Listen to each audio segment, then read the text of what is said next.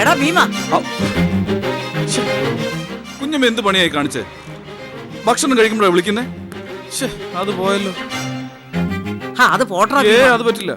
അങ്ങനെ എന്തെങ്കിലും കയ്യിൽ നിന്ന് പോയാലേ എനിക്ക് ഉറക്കം വരില്ല. കിട്ടി. എടാ, ഒരു പ്രധാനപ്പെട്ട കാര്യം പറയാനാ നിന്നെ ഇങ്ങോട്ട് വിളിപ്പിച്ചത്. എന്താ?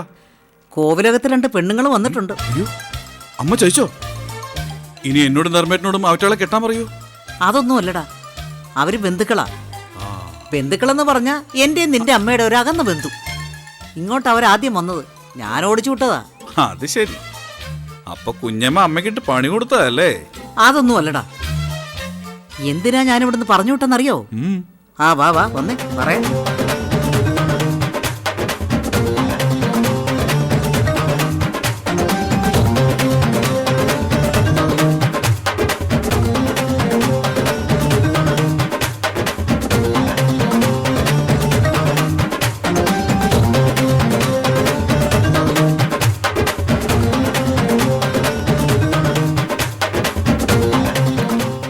ഭീമ, അവളും അവളുടെ മോളും കുഴപ്പമാ. നിന്റെ അമ്മ അവളുടെ കണ്ണീര് കണ്ട് അവിടെ നിർത്തിയാൽ കുടുംബം കുളമാവും. വൃത്തികെട്ട പെണ്ണ്. കല്യാണി മോള് താമര. എന്റെ പൊന്നു മോനെ, നിങ്ങൾ നിഷ്കളങ്കരായ 5 പേര് അവിടെ ഉള്ളതാ. പെട്ടുപോകരുത്. അതൊന്നും കുഞ്ഞമ്മ പേടിക്കണ്ട, ഞങ്ങള് വഴി തെറ്റില്ല. ചെല്ല്.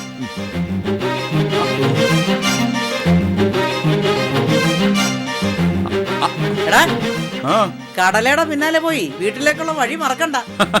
ഇല്ല. ചെല്ല്.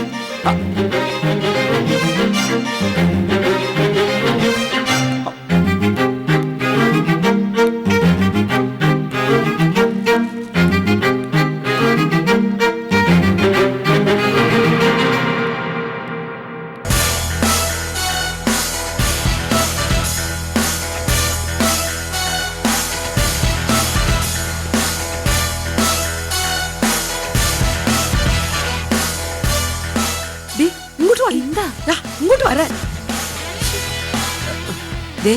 അത് ഇവിടുത്തെയാന്നാ തോന്നണേ. ആ ഡ്രൈവറെ അങ്ങനെ തോന്നിയതല്ലേ? ഏത് നേരം തിന്നോണ്ടിരിക്കുന്നവനെ ഭീമനാണെന്നാ പറഞ്ഞേ. ഇത് അവൻ തന്നെയാ. നീ ഇങ്ങോട്ട് വന്നേ, നടക്കങ്ങോട്ട്. അവൻ കേറി വരുമ്പോ നീ അറിയാതെ തട്ടണം. എന്നിട്ടൊരു സോറി പറഞ്ഞേക്ക്. ആ സ്റ്റൈലിൽ അവൻ വീഴണം. അത് വേണോ അമ്മ? വീഴുവന്നേ. അമ്മ വേണ്ടമ്മേ.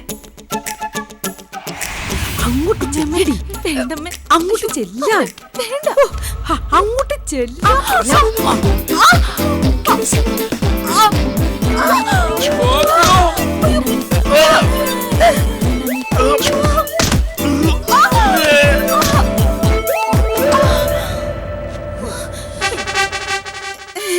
സോറി.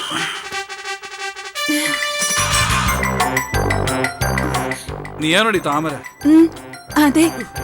എങ്ങനെ മനസ്സിലായി? നിന്റെ തള്ള എവിടെ? ഇവിടെ ഉണ്ട്. അമ്മയെ എന്നെ തള്ളി വിട്ടത്.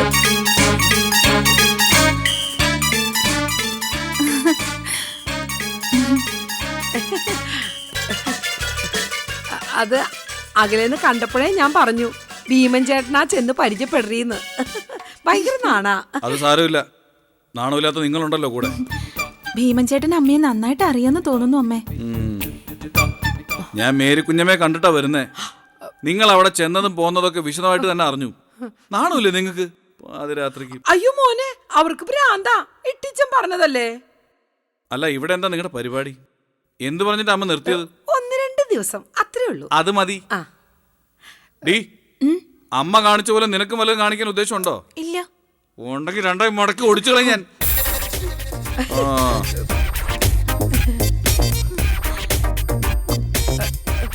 അതെ,